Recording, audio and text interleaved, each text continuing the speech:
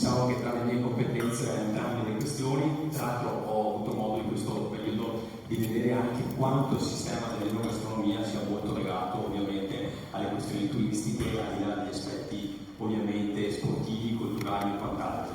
Velocemente, anch'io solo per legarmi un po' all'introduzione al professor Petrillo, anch'io ho notato alcune cose interessanti. Ovviamente oggi siamo a Venezia che è una città che ha ovviamente dei grandi problemi legati al tema dell'overtourism, e su questo penso che sia necessario tentare di proporre anche delle soluzioni, perché è inutile negarlo, il numero dei turisti al mondo stanno crescendo sempre di più, saranno sempre di più perché anche la popolazione aumenta e le capacità economiche ci sono. Ho notato anche da viaggiatore che ormai non è un tema soltanto legato a Venezia, a Firenze, a Roma, ma in tantissimi siti a livello mondiale ormai è così. Faccio un esempio: qualche anno fa mi trovavo ad Osaka a una fiera del turismo, mi sono spostato a Kyoto.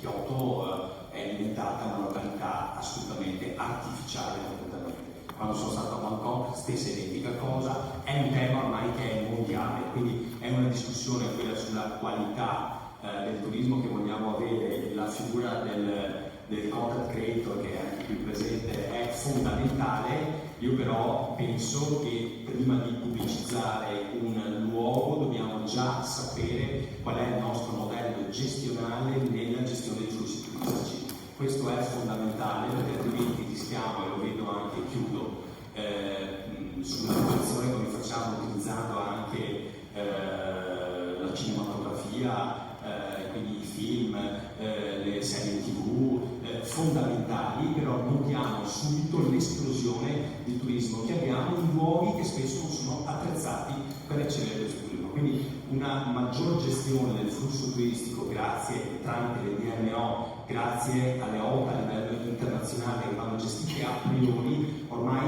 è fondamentale a livello